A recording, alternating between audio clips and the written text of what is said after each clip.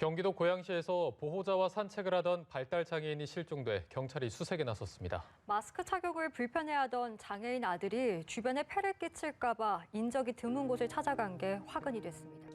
지난해 12월 28일 경기도 고양시에서 실종된 20대 자폐성 장애인의 행방이 사고 발생 한 달이 지난 지금까지 여전히 묘연한 상황입니다. 지적 자폐성 장애인들의 실종은 매년 8,000건 이상의 신고가 접수될 정도로 빈번한 일이지만 1년 넘게 장기화되고 있는 코로나19의 확산이 이 같은 위험을 가중시켰다는 지적도 제기됩니다. 지적 자폐성 장애인들이 가지고 있는 가장 큰 어려움은 도전적 행동이거든요. 계속 어떤 행동을 하길 원하고 또 야외에 나가기 원하고 에너지를 발산해야 되는데 그런 것들을 지금 못하고 있다 보니까 그 넘치는 에너지들이 오로지 다 부모의 역할로 되다 보니까 그 양육 부담이 정말 심각하죠. 복지관과 주간보호센터, 재활시설 등의 정상적인 운영이 어려워지면서 양육 부담이 가중된 가정에서는 어쩔 수 없이 생계의 필수적인 경제활동을 포기하는 경우도 늘고 있습니다. 정부와 방역당국에서 잇따라 대책을 내놓고 있긴 하지만 여전히 돌봄과 경제, 두 가지 문제가 맞물려 돌아가는 악순환은 끊어지지 않고 있습니다. 상황이 이렇다 보니 극심한 스트레스를 견디다 못해 극단적인 선택을 하는 발달장애인 가정의 안타까운 소식도 심심찮게 들려옵니다. 다시 한번 이들을 향한 교회의 관심과 역할이 요구되는 이유입니다. 아픔이나 고통을 가지고 있는 사람들의 문을 연다는 건 정말 힘들거든요. 나는 아프고 당신은 안 아프잖아 라고 인지할 수 있어요. 근데 이 코로나 시대는 안 아픈 사람이 없는 시대잖아요. 그렇다 보니 접근할 수 있는 좋은 기회가 되고 다 아프다고 생각을 하니까 이렇게 힘들 때에 찾아봐 주는 거, 평안할 때 찾아봐 주는 거와 정말 아플 때 찾아봐 주는 거.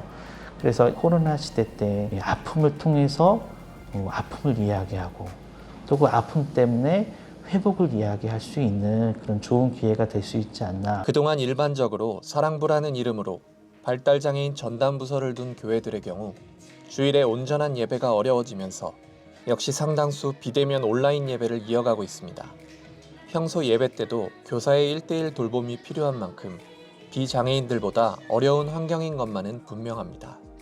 신앙 교육이라는 측면에서도 현실적인 어려움이 뒤따르는 것 또한 사실입니다. 장애 유형이나 또 정보에 따라서 워낙 다양하기 때문에 영상이라는 것은 난이도 측면이나 또 방향성이 이제 한 방향으로밖에 갈 수가 없어서 그 안에 이제 담기는 장애인들이 있고 또 거기에 이제 조금 그 혜택을 못 누리는 때문에 각 교회에서는 예배 실황을 전달하는 것을 넘어 말씀에 연계된 공과 활동과 화상을 통한 소그룹 교제 등 주중에도 참여할 수 있는 프로그램을 개발하며 사역의 다양성을 확보하고 있습니다.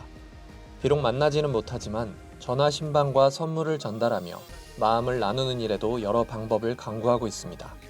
이 과정에서 비기독교인 부모들이 자녀를 위해 예배의 자리에 함께하는 기대도 생겼습니다.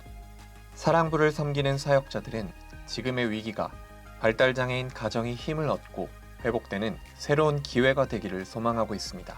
목사님 이번 주는 교회 갈 수 있나요? 목사님 이번 주 교회 꼭 가고 싶어요 라고 하는 문자를 거의 한 주도 빠지지 않고 받았습니다. 가끔씩은 이제 너무 이제 영상 편집에 정신이 없어서 그 내용을 가벼이 지나칠 때도 있었지만 시간이 지날수록 그것에 대한 무게감은 굉장히 크고 성도들이 예배를 사모하고 사랑하는 마음이 이렇게 크구나라고 하는 것을 알게 되었습니다.